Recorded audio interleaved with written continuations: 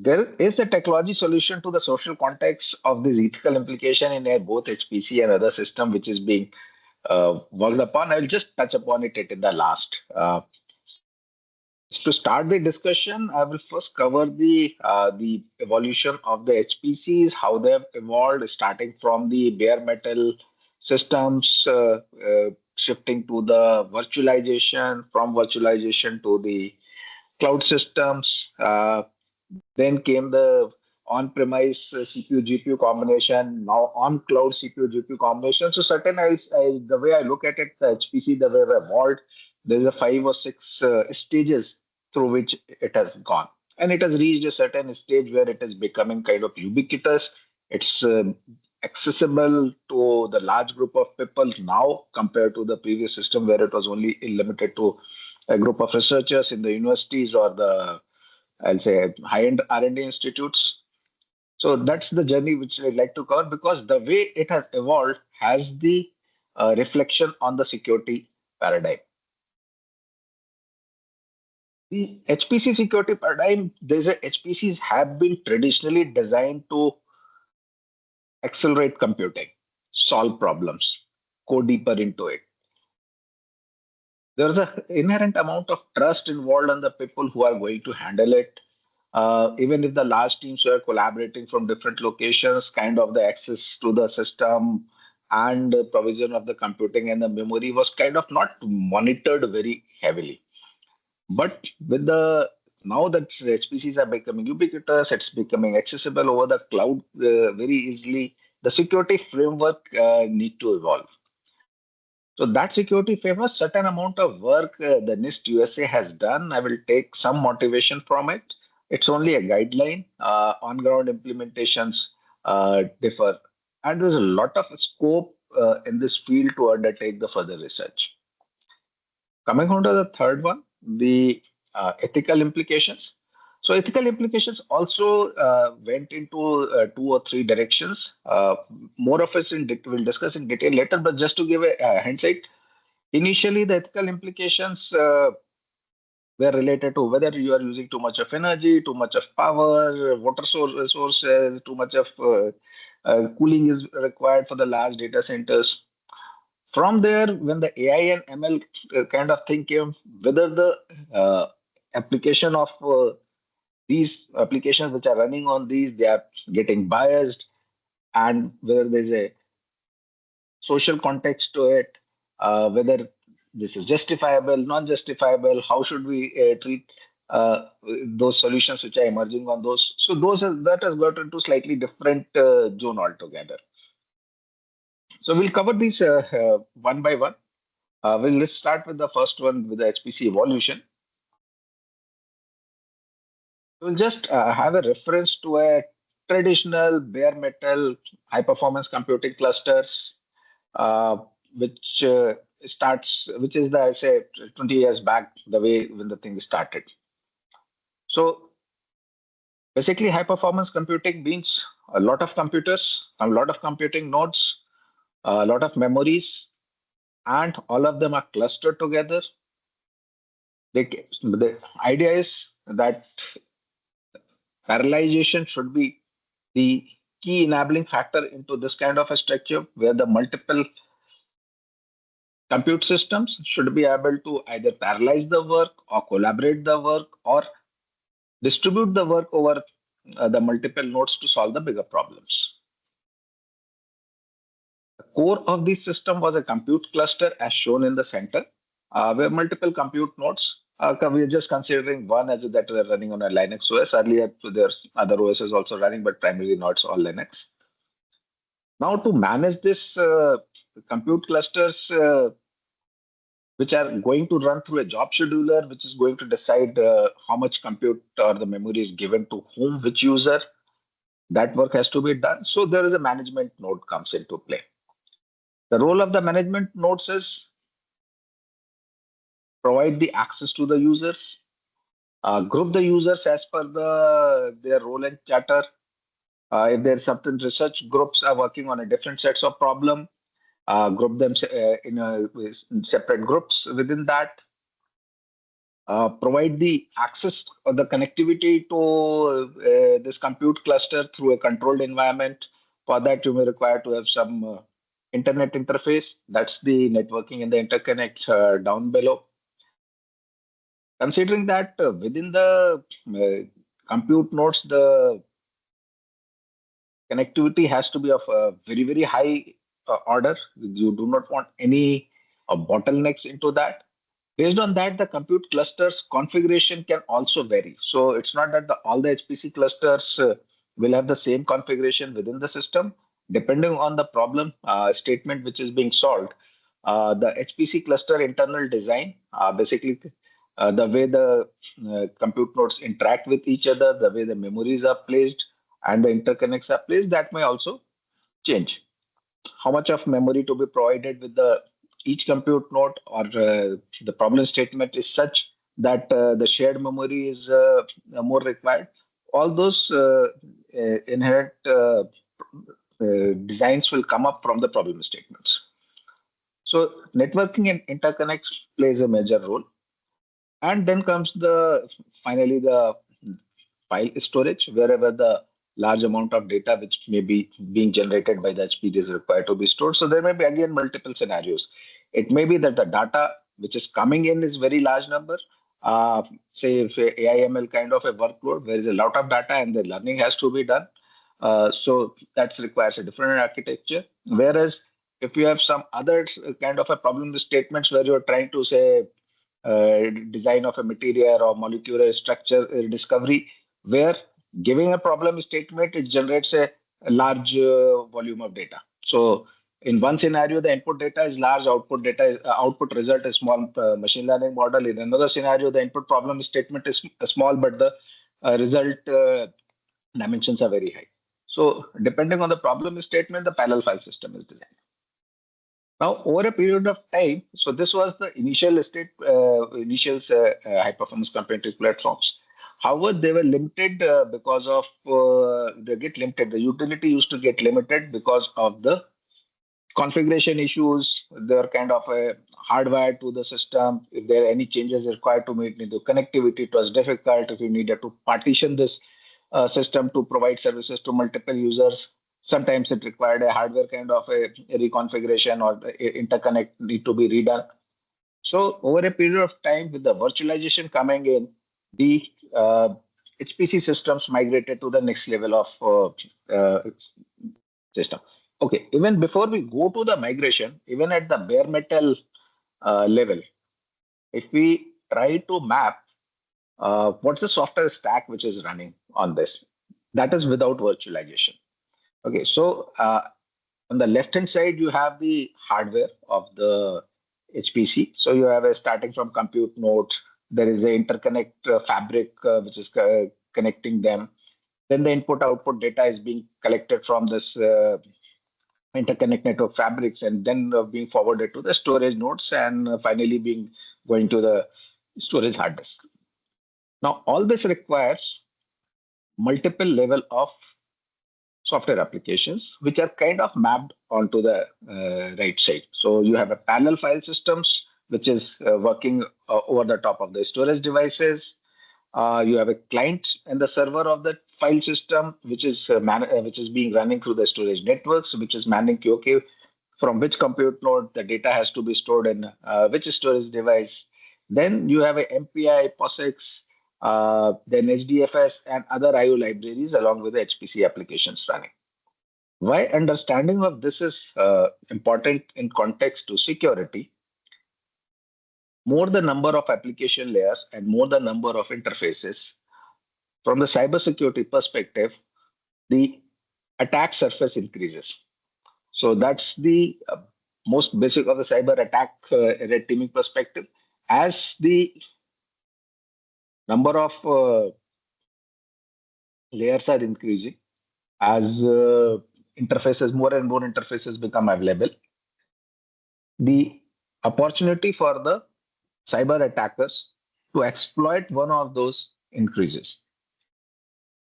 The second challenge is most of this work, say MPI, IO, POSIX, parallel file systems, they are kind of open domain work, and they are not high volume work where the big companies like say Apple or Microsoft are putting their teams to ensure that there is no weakness into these systems. They are open source, you trust them, but classically cybersecurity programming language issues where the weaknesses creep in because of not intentional but intentional. That's the challenge which is there, and that has to be kept in mind when under looking at the cybersecurity of this complete system.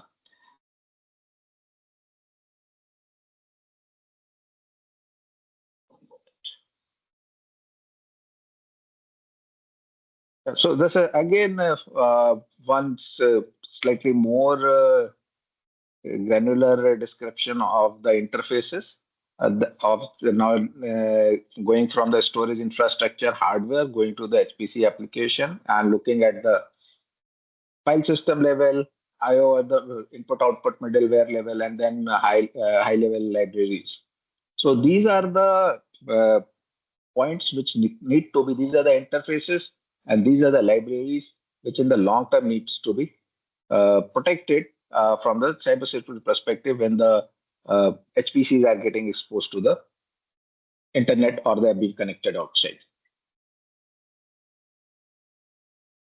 Now, if we go a step further, now another layer of virtualization comes into it. So we are taking a VMware as just an example because there is easy access to the diagram. Otherwise, any other hypervisor platform will be actually be reflecting the same thing. Now, in this stage, the virtualization software or the hypervisors provide a large amount of flexibility to the managers of this high performance clusters. They facilitate grouping of resources into logical manner. They hide the underlying physical structure, make it easy to manage. Allocation of resources to a group becomes easier. You have the team can only decide how many compute resources, how much memory is to be allocated. They need not go down and drill down to actually identifying which particular hardware to allocate. So there's an abstraction layer which comes in with this virtualization systems, and it becomes easier for the managers to manage the things, and even the allocation of the resources becomes I'll say more optimal.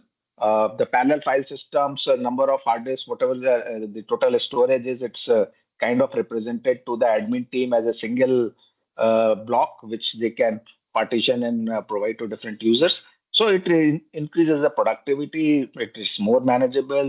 The admin teams of the HPC like it.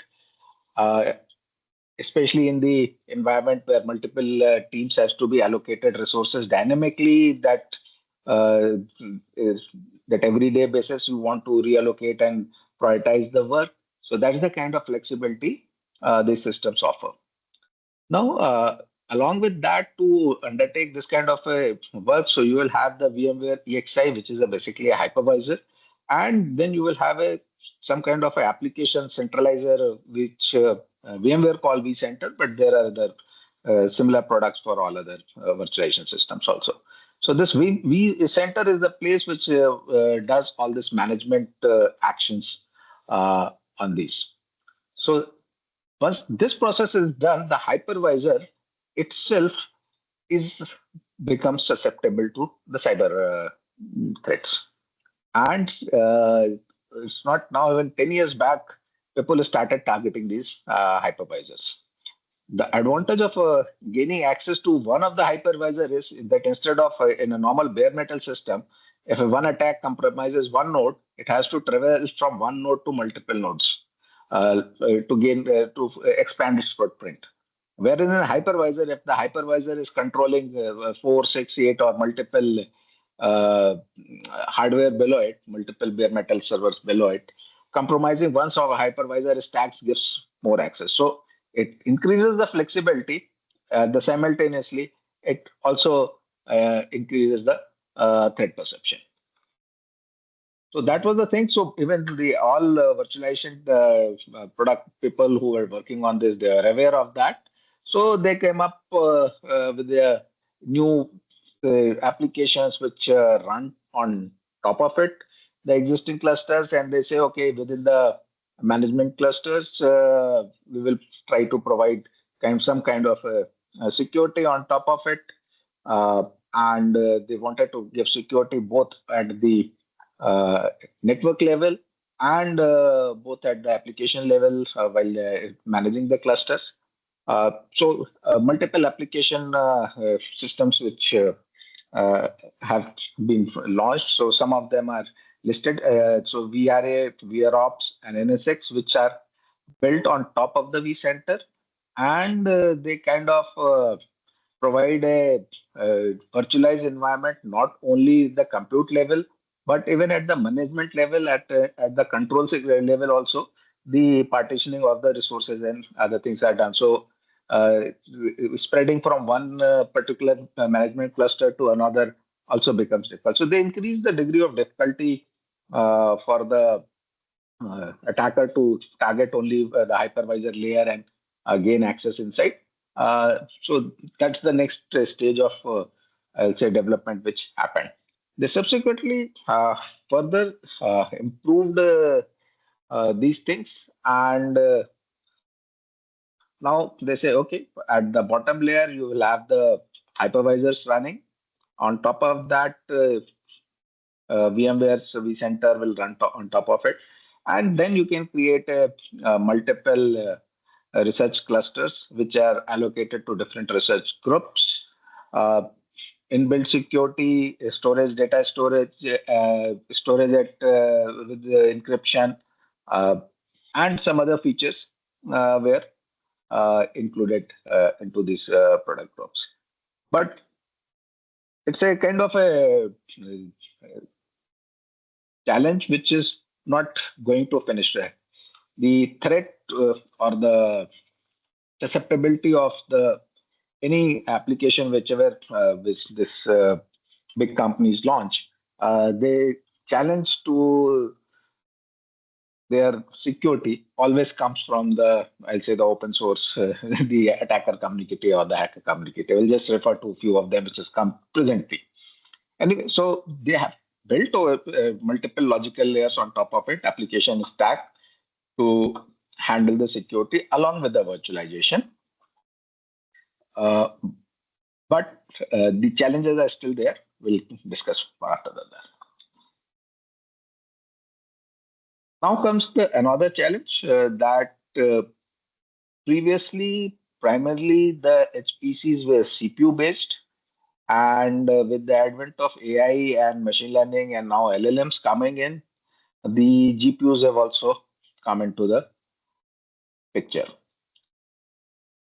Earlier, the CPUs, you had a certain number of compilers, certain number of tools which are running and libraries.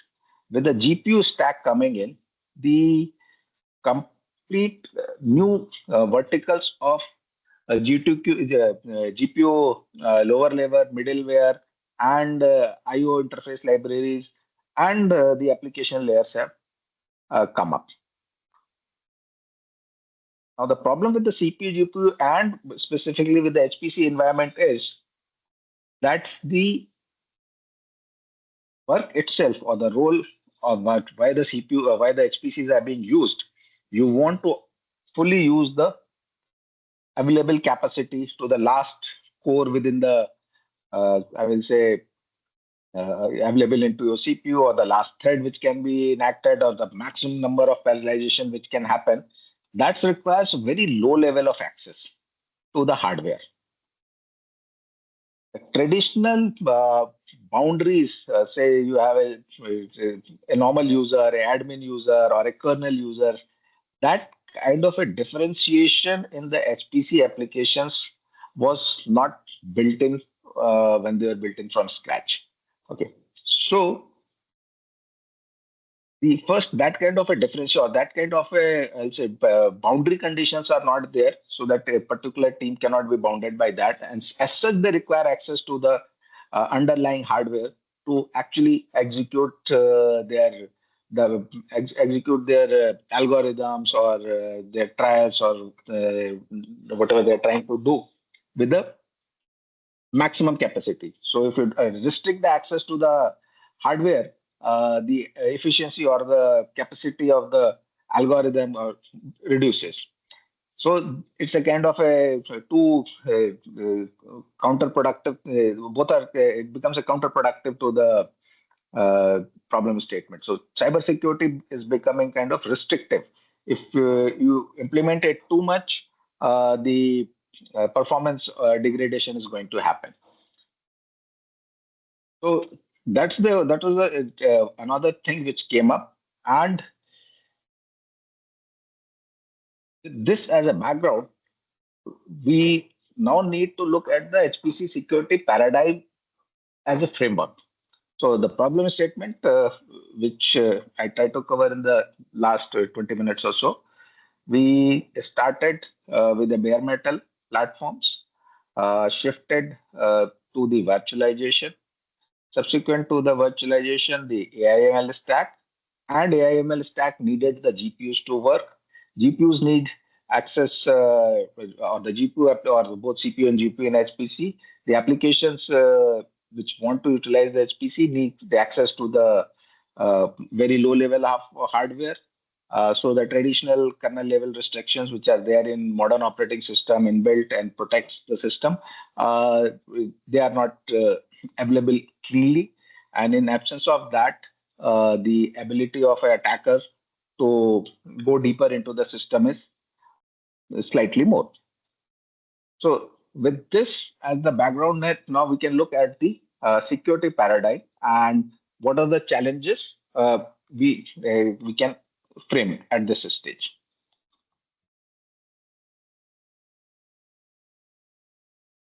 Okay, so this is what is exactly what happens. And once I was implementing the HPC within my own organization, there's the same thing which I faced.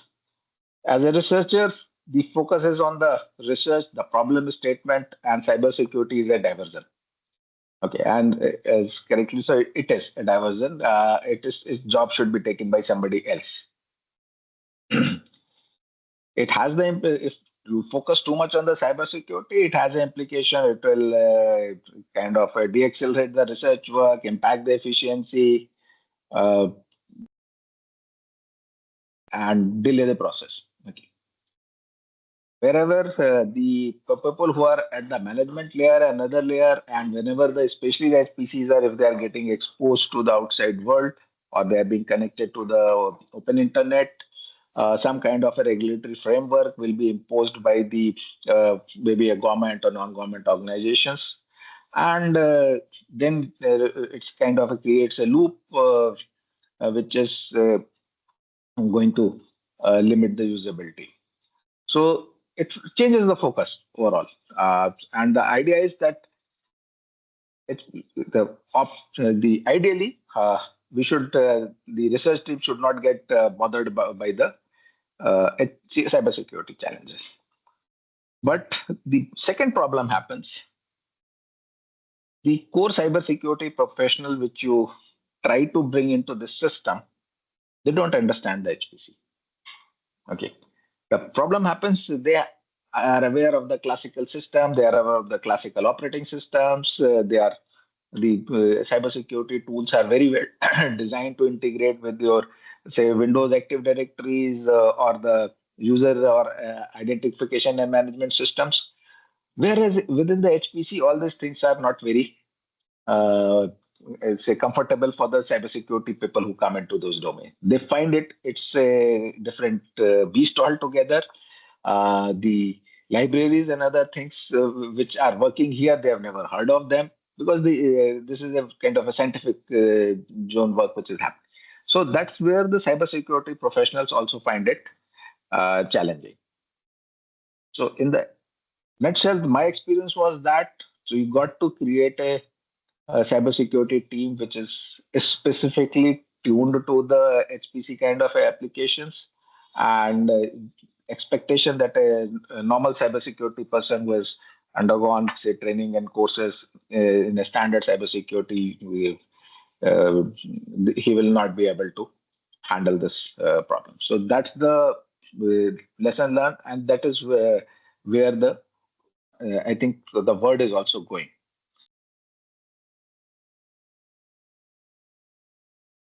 So not just putting formally some of these challenges uh, so that we are able to discuss them one by one. So first of the key challenge is network vulnerability. As I discussed earlier, uh, in the software stack diagram which was shown earlier, there are multiple interfaces available in the software stack of HPC. The kernel level protection or the admin level protection are not very well defined. The software libraries and other things which are openly available, they have written by mostly from the, I will say, open source work and universities, but still they have not been fully analyzed for non-existence of the vulnerability. And the vulnerabilities creep in while programming, non unintentionally also that happens with the while we are programming the systems. So cyber attackers have the opportunity to exploit these vulnerabilities. And the problem is with the today's automated vulnerability analysis tools and other things coming, that process is becoming more easier. The second issue is the performance versus security trade-off.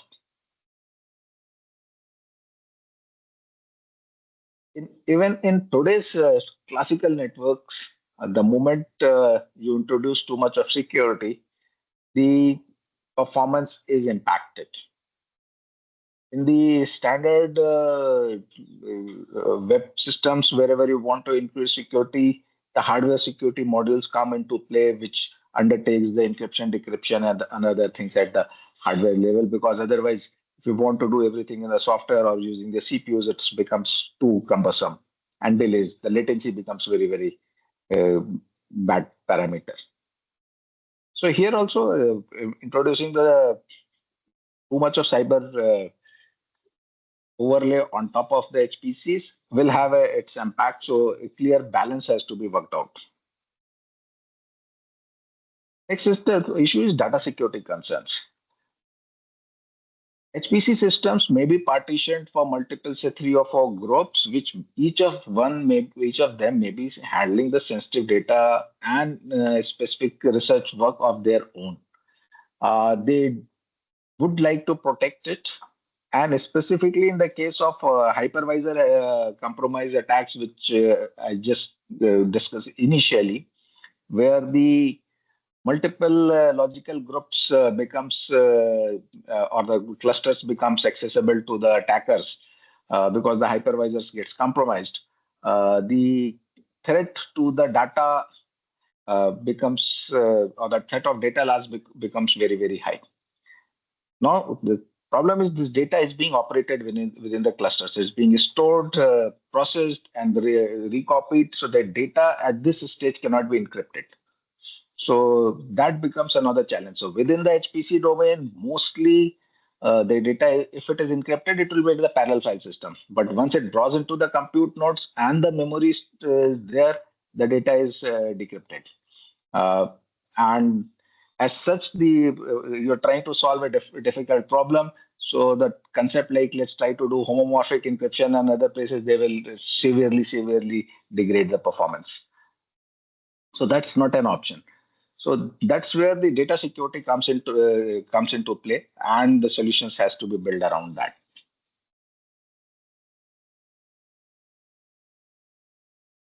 So the next challenge is authentication and access control. So as far as the internet is concerned, now with the application of the public and private key infrastructure, the certification authorities, digital signatures, and digital trust set up very effectively, and the single sign-on and the zero trust architectures uh, supporting this, the authentication, identification, and the process related to non-repudiation, all these have become very standard and very robust. In HPC paradigm, most of the management level management nodes which do a basic level of authentication. They don't go into that kind of a CA authenticated digital signature based kind of a setup to provide access to the HPCs.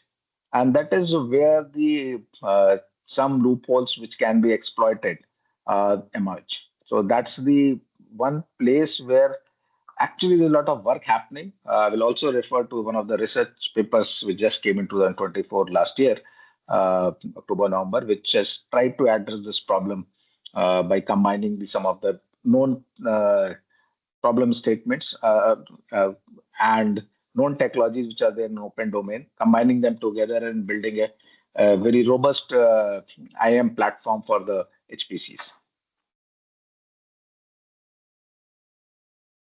The next one is insider threats. Like all other groups and all other IT infrastructure, it's always a threat of insider attack. And at least certain level of measures should be there.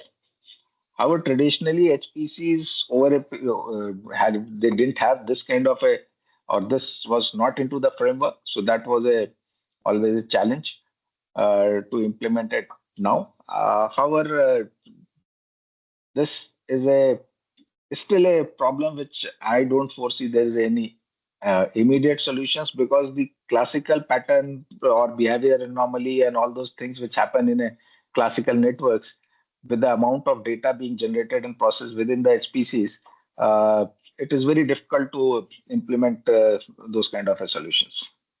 So that's still a challenge which is there in the insider threats. And finally is the APT is another thing, and zero day exploits which can come in. So HPCs, the problem with the HPCs is there's not too many people are even monitoring the weaknesses. Its software stack is not being evaluated for the weakness compared to the other big companies' software stack. So that still remains a challenge, and in absence of fully testing this complete open source software stack, the vulnerability may be there.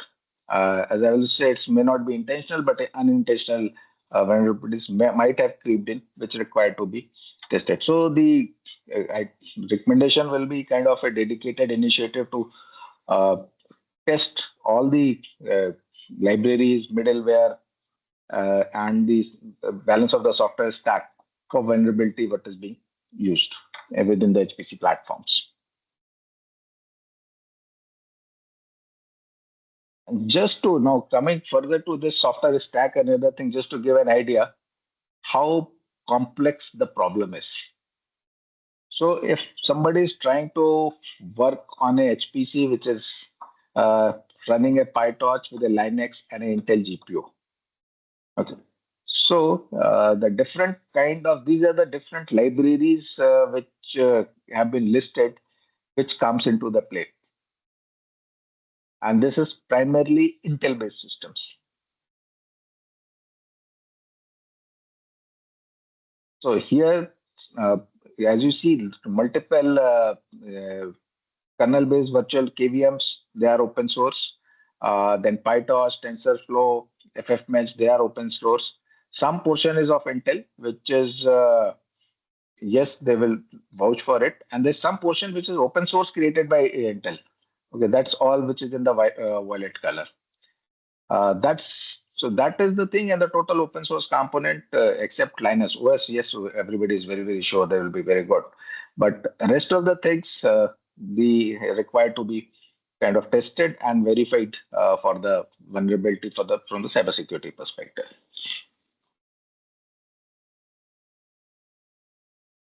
So that was the Intel. But what happens if somebody is using the AMD GPUs? So same PyTorch plus Linux, but if the GPUs are AMD, then the compute platform can either be a CUDA or it can be a specific AMD developed ROC platform can be there. Multiple packages, yes, can be there, and PyTorch build has to be used. So here a different technology comes into play, different interfaces gets opened up, and correspondingly, different I'll say attack surface becomes available for the attacker to exploit.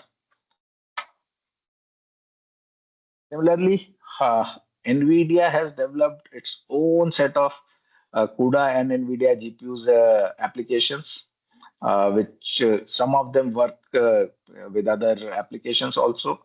On top of that, it works with the PyTorch or TensorFlow like a standard libraries, and MaxNet or the MATLAB and other sets. Plus, they have a number of deep learning SDKs which are coming one after the other, and uh, interfacing between these of multiple interfaces on the HPC will become is always a challenge, and securing them, ensuring that none of them is malicious, that also becomes a problem in the long run.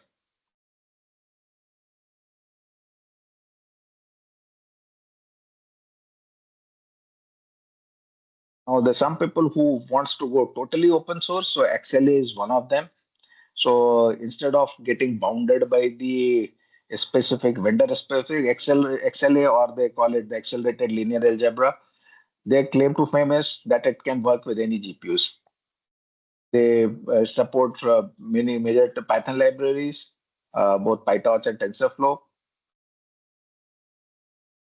So PyTorch and other things are fine as long as they are there. They don't give you very granular access to the hardware, underlying hardware, and the kernel levels calls and approach. But XLA inherently has been designed to, I'll say, work with any of the GPUs of coming from any vendor. So they are designed it so that it can have a very low level granular access to C++ calls, which is going almost to the kernel level. Okay.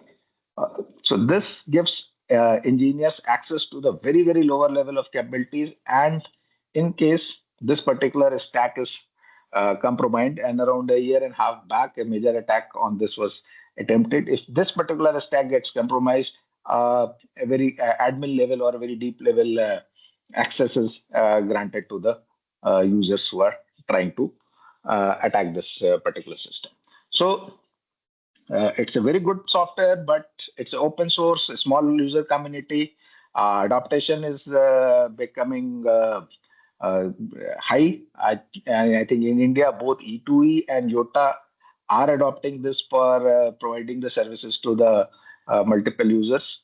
And so this kind of a thing which is becomes available, and trying to provide HPC access to users. And since it is having a very low level kernel access, in case of compromise, the threat is very, very high.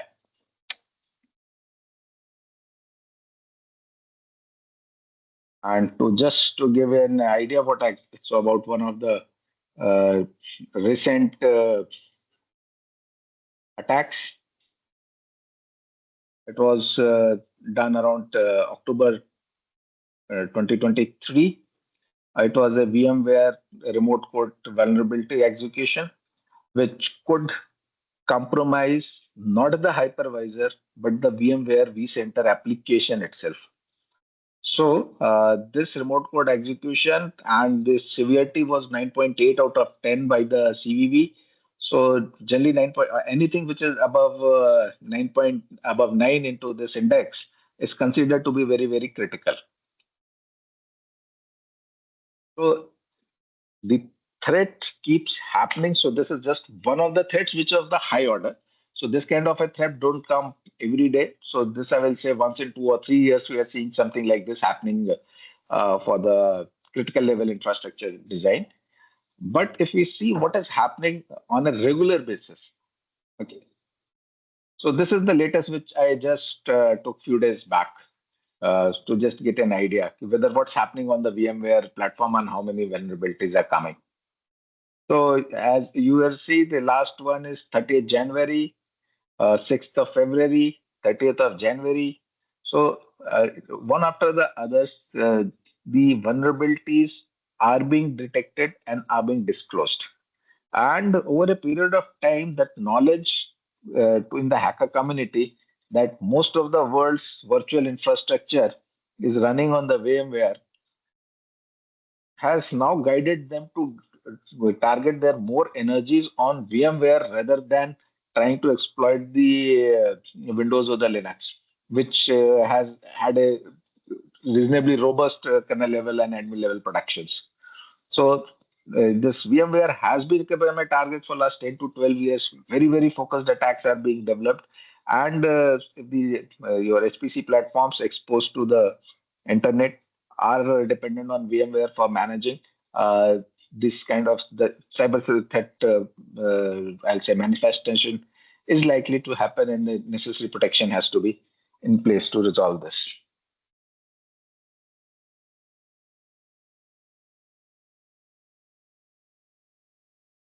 So it's not that the world is sitting idle. Over a period of time, a lot of work went into analyzing this. And in 2023, finally, the NIST, which is one of the known cyber, I'll say, policy framework body all over the world, they came up with a HPC threat analysis framework for the specifically for the HPCs. And it's a small write-up around not very big, 60, 70 pages. However, it doesn't provide an actual action point. It's a kind of a policy framework and it gives a high-level design to implement the security. The actual execution or how exactly to implement it on ground is going to be the with the people who are implementing it on ground. Now, logically, what the way as we initiate the first slide, what's the bare metal HPC architecture? It has also few of three or four main components. Here also the once the NIST team worked upon it, they decided and came up to the conclusion that HPC architecture should be divided into four major zones. And then based on these zones, for each zone, a specific security framework or the security approach should be built upon. So the first one was the access zone, and that's the entry point for the user and the external connections. So I'll call it, it's a combination of the your internet connectivity or the gateways which are connecting to the high performance computing, along with the identity and access management framework. So where the user groups identity, their credentials, their authentication, authorization, and all those things of the CIA triad are being handled. So that becomes the first one. The second was the management zone. Now, this is the zone which actually controls the most of the most important thing is like your job schedulers and allocation of the compute and memory resources based on the timing and the projections by the user groups. So if that particular zone gets compromised, it can have play havoc with the system. So they say, okay, this is the management zone. This is again required to be protected in detail. And third was the computation, where finally the computation happens. Here again, the main challenge was at this stage, all the data isn't clear; it cannot be encrypted. So it has to be dealt from that perspective. And the data storage zone, finally, where the data is being stored, where it and data is moving in and out, or being archived. So that place where the storage, encryption at rest kind of policy implementation, which has been suggested. So this is a good framework. If even if not say 100%, if it is even the partially it is implemented, say two-thirds of it, uh, a reasonable amount of assurance can be given to the teams that yes, the data is your HPC is reasonably kind of secure. So if you look at it graphically, this is a diagram which is directly courtesy from the NIST document. So they look at it, the same things to discuss. They look at the outside world. You will have a firewall. You have some kind of a network which is coming to your system, and that network should have connectivity to your access zones, where the your both the login date nodes, that is where your identity and authentication mechanism takes place. That should be there. Then the second is the data transfer node, where you are trying to pull in the data from the internet or the network, or you're pushing it out. That should happen. So it should have a certain amount of security, data loss prevention systems, what kind of data can go out. Those should be implemented. The third was is the web portal node. So the web portal node is generally where the users get access to the HPC underlying hardware, where the jobs are submitted. The work on that is happening. So that is the web portal node, and standard web security implementations should be undertaken at that place. So down below, then you have the management zone. Now the problem is the management zone is mostly being run like Slurm or some other applications which are open source, built by the community. Some are suggested by the MPI group or the HPC groups. Uh, those are the applications which are going to be there. So they have to be kind of run in a protected environment, should be isolated from any kind of access from the access zone. Uh, they even go up to the point of saying that it should be that they should not be on the separate physical switches. Even the physical separate switches, don't try to isolate them logically, isolate them physically. So that kind of a thing has been recommended on those. But that helps you to protect the management zone. Then coming to the storage data, so data storage zone, that's where the uh, maximum worry is, because if the data storage zone gets compromised, the data can be exfiltrated and from the storage arrays, and data may be of high, it may be very, very critical data, or it may be very proprietary data, the loss of which may be there. And mostly, and the high performance computing, both scenarios where you have a large data and you're trying to solve some problem, or your problem is generating from a small statement to large data, both are critical, and both exfiltration of both kind of data outside as a it can become a problem. So this is the data storage at rest, or the encryption for the data at rest is recommended. However, the problem happens because of the very high speed the way data is being generated. The encryption may become a bottleneck of the complete data storage at every time you sort of want to do it. So that is some wire media has also been recommended into those directions. And finally, the compute nodes. So the compute nodes, uh, says a compute node, but it also will have a tremendous amount of memory inbuilt with the each compute node, where the data which is from the storage nodes when brought in is decrypted and then available into the open format. So, and here also the data may be residing for a certain amount of time. So that's the protection of the overall computing zone. That becomes again a priority. So that's again one thing which needs to be protected.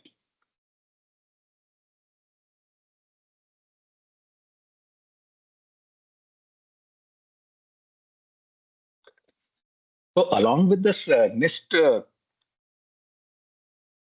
recommended model, which is kind of, or the framework which they have recommended, uh, the security that's especially in the domain where the two base groups are involved into running a system, like the HPC, where the hardware is kind of provided by somebody, one team, and the user of that hardware, or that's facility which provides you compute and memory, somebody else. There has to be a shared responsibility. Okay. Here, the admin team doesn't have a too much of knowledge what users are doing. Okay, so and they cannot go because they are dealing with multiple users. Each user is coming with a very specific set of requirements, and using the HPC infrastructure and HPC resources as per its own requirement. They cannot go in very, I say, deep down details for to protect their setup or solve their security challenges. Wherever users are concerned, their problem is the overall HPC architecture is non-transparent to them. They only have the visibility of the resources which has been authorized to them by the admin team. They don't understand what's happening under the hood. So expecting them that they will be able to solve their problems totally on their own, even that's not viable. It's not a justified expectation from that team because thirdly, their users' role is different. They're trying to solve a different problem statement. They are not solving the cybersecurity problem statement. So that's where the kind of a disconnect comes. So here the responsibility has to be a shared model where the admin team should be very, very clear, okay, that underlying infrastructure and including the virtualization layer and the services running on top it, the responsibility of ensuring the security of them should be with them. Whereas for the users, they should be very clear which application stack they are bringing in, what middleware they are bringing in, specifically the libraries or the applications like XLA, which are going to manipulate, which has the capability to manipulate the kernel level calls of the hardware and have access to very granular level hardware access. So they should be very cautious about that and have a kind of a control over them. Now, identity and access management is again, so this is one problem statement which cannot be solved by both the ideally by the admin or the users, both of them individually. Even today's work, the any application you say which is on the internet, the identity access management is solved by three or four groups.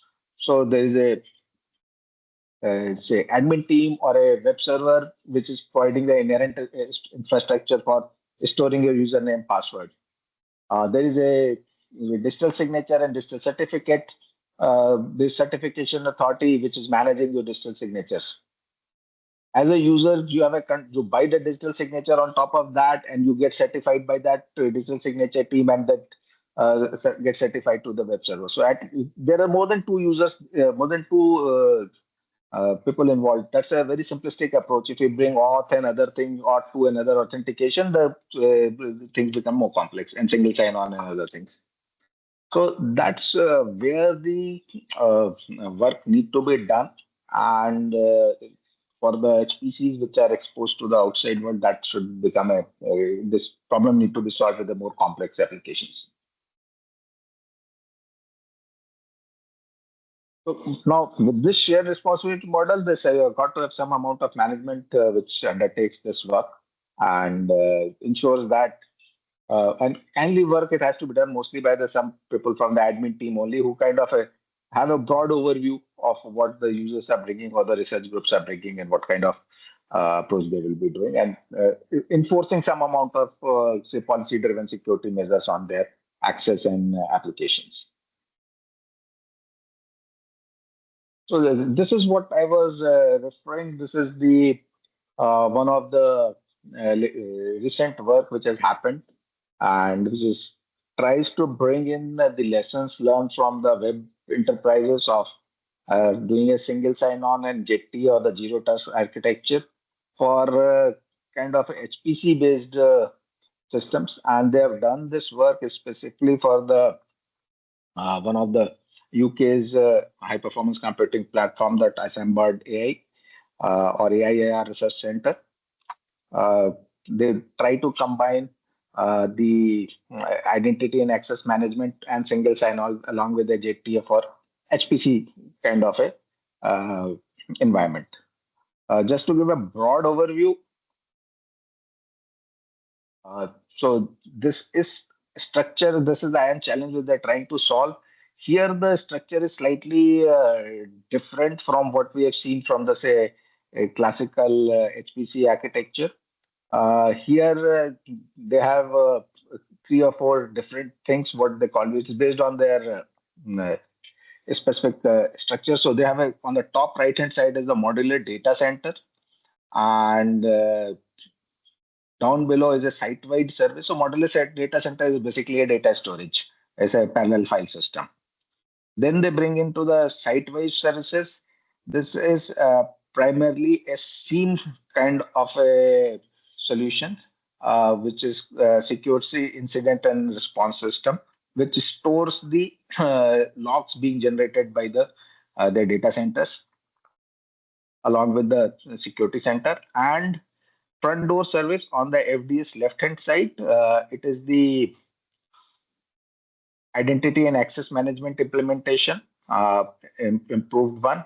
And they say in between the whatever actions happened, which is identity access management, which is running on a Cloudflare platform, whereas the modular data center is a hardware, bare metal hardware kind of a system. Whatever happens, interaction happens between them is should we follow the zero trust architecture, and everything should be encrypted using the SSH certificates. So they try to uh, do a full JTA kind of a thing, that each interaction or the each communication has to be kind of first authenticated, authorized, and then only implemented. And different segmentations are introduced. And in addition, they have also included the workflows for the user roles. So a particular users, it's not only the what kind of authorization it has got, it's what kind of a workflow or the steps it can undertake once gaining access to system. Even that is kind of controlled. And they've gone into the administrator role wise also. They've got more granular, and different administrators have been created for each research groups who can do what. So that's the kind of basically work which they have done. And this is a good I'll say work to say if somebody wants to implement a kind of a IAM on top of existing HPC, this is a good start point which can be taken. Now,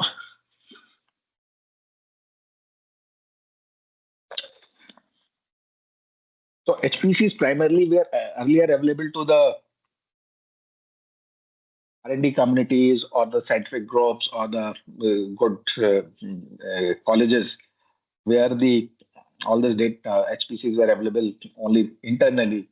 But with this advent of say AIML, and with this GPUs thing, LLM coming up, and multiple companies launching uh, HPC infrastructure available for rent, and it's not only happening outside, even in India. So E2 and Jota today, they can provide up to petabyte of kind of capacity they're offering on the web. You can be hired. They're offering up to, say, Jota is offering up to 200 H100 GPUs availability to a single research group. That's the max capacity they've got as of now combined. The problem is that HPCs become ubiquitous. They are going to become more and more accessible. And with the LLMs fever growing up, people are going to try to do a lot of this LLM work on the GPU clusters. So with this LLMs happening on the GPUs and HPCs becomes more accessible, the another new dimensions of security on the HPCs in relation to the LLM will open up. So till the time most of the problem statements were limited to the I'll say the cybersecurity aspects, to the classical problem statements, and HPCs are kind of understood. Okay, they are into the closed environment. They are physical security is there, but with this both the things happening, the big data centers or the big private players coming into this space, and it's basically being motivated by the large language models and AI models.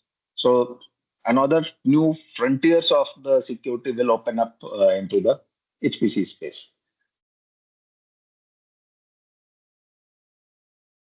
Now, so this is what we have discussed previously, is what the NIST framework.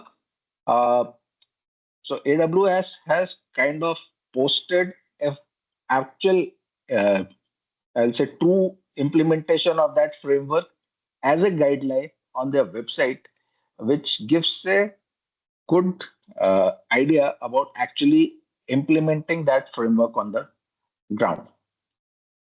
So here, the way the NIST framework is, they wanted to have as 4 different zones. So within the AWS cloud implementations, they provide you exactly same kind of architecture. Why I refer to this is to give a good starting point from taking that application framework to the application level actually. So otherwise that security framework remains as a framework and seeing on the ground becomes a difficult thing. So here, as we can see, the complete 4 zones as recommended by the NIST have been created by the on the cloud, everything on the cloud. Starting from the first left hand side, the green zone, which is the access zone for 2 subnets. So why they have here, they have shown multiple subnets here. So first is subnet 1, then subnet 2, 3, 4. Because they don't want to differentiate that the same architecture can be providing services to different user groups. And they are kind of logically isolated. Here in this case, they are not physically isolated, they will be logically isolated. And subsequently, then they have the right one, the compute zone, subnet 1, where you can have the different kind of partitions for both CPU and GPU kind of a memory. If you want a pure CPU kind of a HPC capability, that's also available, or if it is a GPU is also needed along with that. It is closely interlinked with the Slurm implementation of Microsoft, and then also adding it to the Microsoft AWS managed Microsoft Active Directory for the user identification. So that Active Directory management is there. And as far the storage is concerned, so they have a shared storage file systems, and they can take it to encrypted file systems and unencrypted file systems both. So it provides a good on the hands implementation of we'll say a good policy framework, and it a similar kind of a thing. So this is can act as a good I'll say tutorial to implement this policy framework into any other kind of HPC platform. So just few of the things, how they do the network segmentation, they do the virtual private subnetting and create different zones. As far as the data protection is concerned, the data is encrypted both in rest and transit and using the Amazon key management service. And at rest, it is using the Amazon FSX, which can store it with the encrypted format. They use the standard Amazon processes to provide the identity and access management. And then they add it with lots of monitoring and auditing tools, which can do the log monitoring, event management, identification, or there's some pattern recognition on whatever data is being generated on the your access side. So that can be used for auditing as a auditing tool on top of it.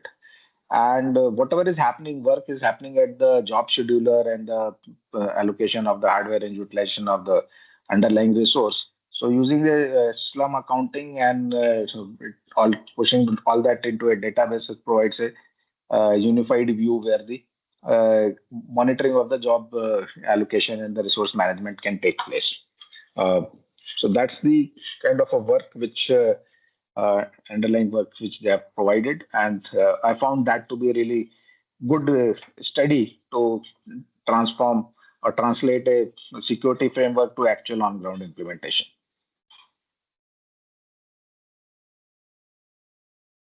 So as we discussed earlier, also with the LLMs things coming up and HPCs become HPC kind of capability being available now onto the web with the private players. It's not only the R&D institutes or the education institutes which will have access to this, or the government centers.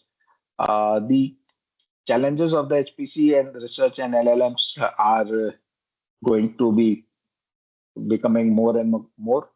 It's not an easy solution. So as of now,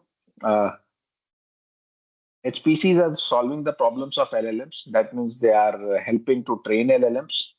However, it's not the other way around. The LLMs themselves are not very effective, and as of now on HPC, most of the LLMs cannot write the parallelization code to run on even a 4 level of say 4 parallel threads correctly for the bigger HPC. So that's where the a lot of work which can happen. However, as that work happens, it will have its security implications will also come into play. So I think I'm running slightly late, so I'll just quickly now come to the other part of this. So security was fine. Security has a technical context to it. It's a lessons which are learned into the cybersecurity domain. They have to be kind of upgraded and brought into the HPC domain. The primarily the challenges are the you have a new set of libraries and middleware and the operating system and other things which are not very uh, prominently analyzed or effectively analyzed by the because there's no not of a much business model is available for those, but business motivation is not there much in that. So that's the problem there. So, but with the application of a good framework, I think this framework is really robust, and the most of the security challenges can be addressed if not fully. Now, coming on to the other portion of this discussion, it is the ethical implications of the HPC.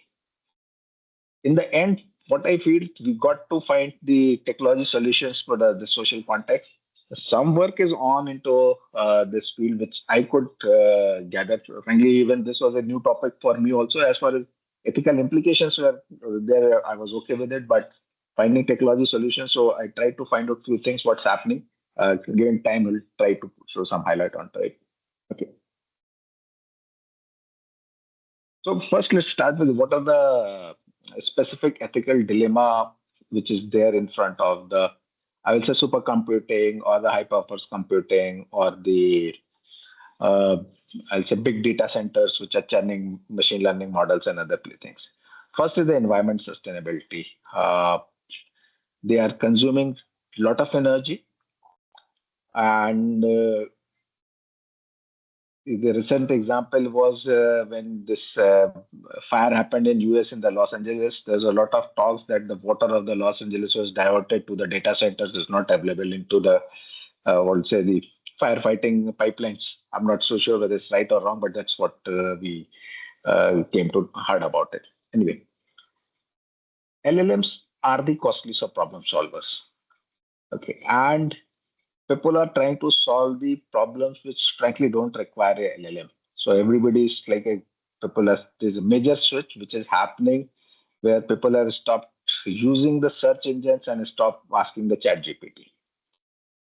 Per query wise, the chat GPT response is much economically costlier compared to a standard Google search or any other search. So complete if the chat GPTs or Perplexity or OpenAI or all of these engines which are very costly to operate per query, if they become mainstream, uh, then the problem of your environmental sustainability will definitely become a issue of concern. The second issue is the mitigated bias and inequality. The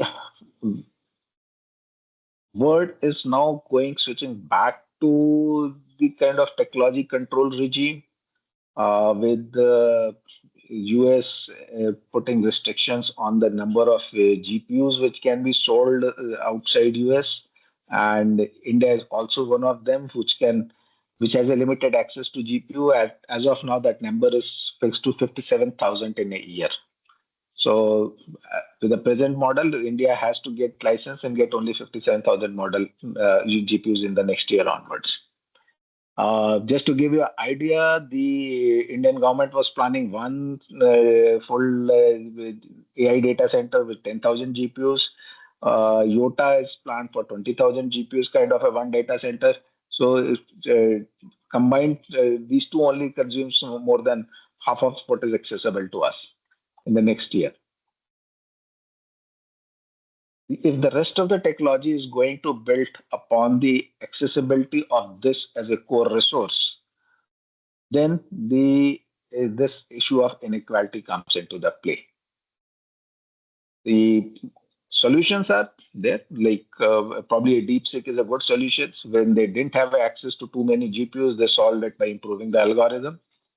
That's also a novel approach. So that's way to fight it out. But that's another. So this is the ethical dilemma which is there on that.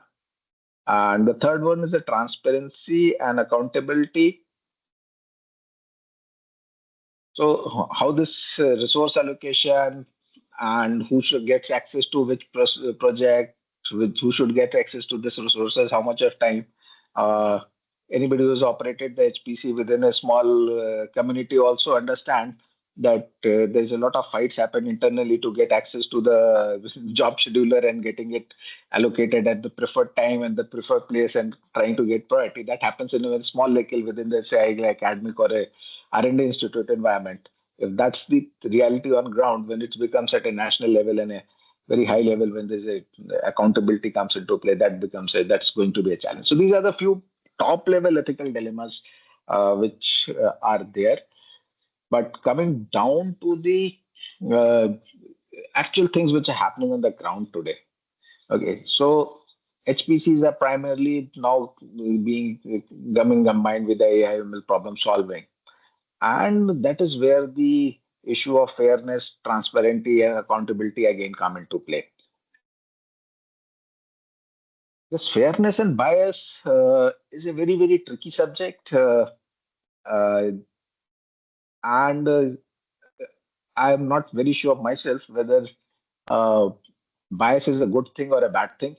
Uh, it's become politically incorrect to speak about that. No, bias is always a bad thing. But I fundamentally, I'll say as a researcher, I will say any AI or machine learning model, it if you remove total biases, then it's a flat than what it has learned. Okay, so finally it picks up something which is there underlying. If you want, yes, if that learning provides a limitation to a human being, when say a welfare scheme or a opportunity is being presented to it's getting restricted, probably at that stage, yes. So that's when the models becomes a front end to deliver a public good. Probably that is the time the bias is not needed. But otherwise, I think the fairness and the bias is I'm not, I will say, very, very sure how to solve that problem.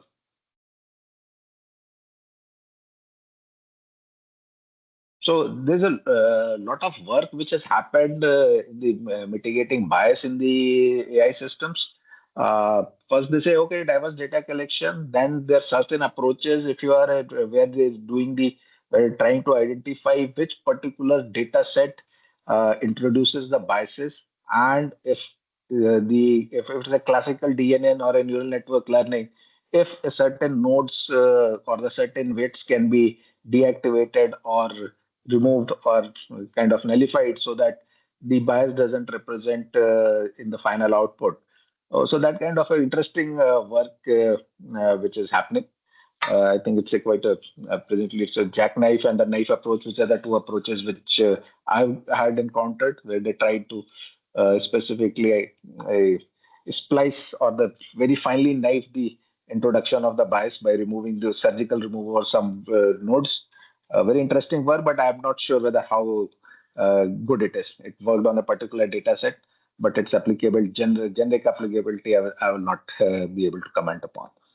Anyway.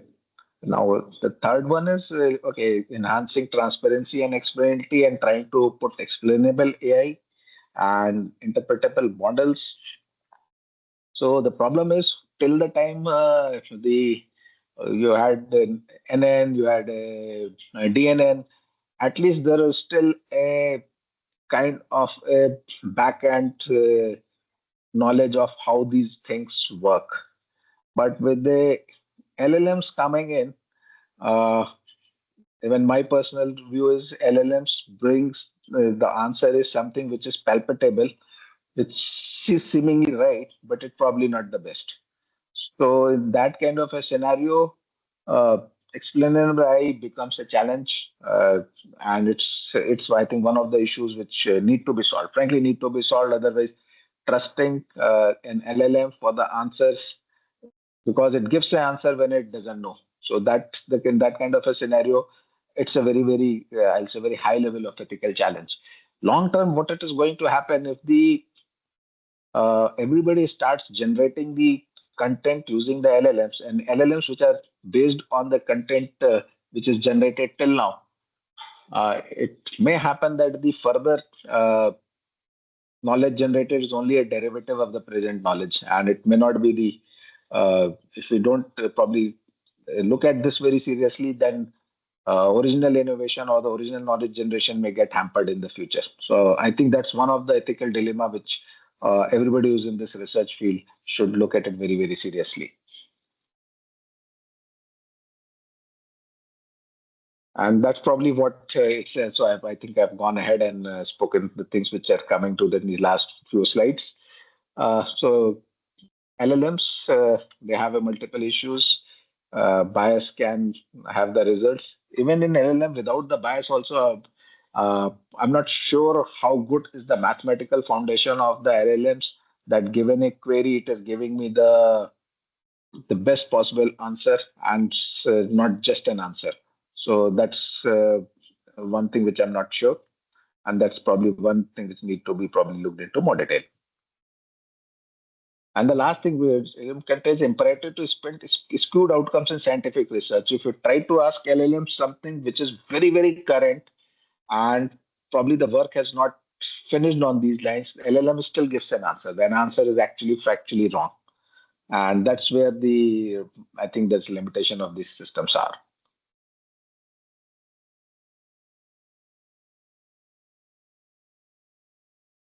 So LLMs are going to work on HPCs, and HPCs presently there's a work also on to uh, improve the HPC performance using the LLMs. Not only the presently only HPCs are being used to train LLMs, but LLMs to use LLMs towards the HPC integration is also work which I saw some very interesting work, and I think this is a good play to work.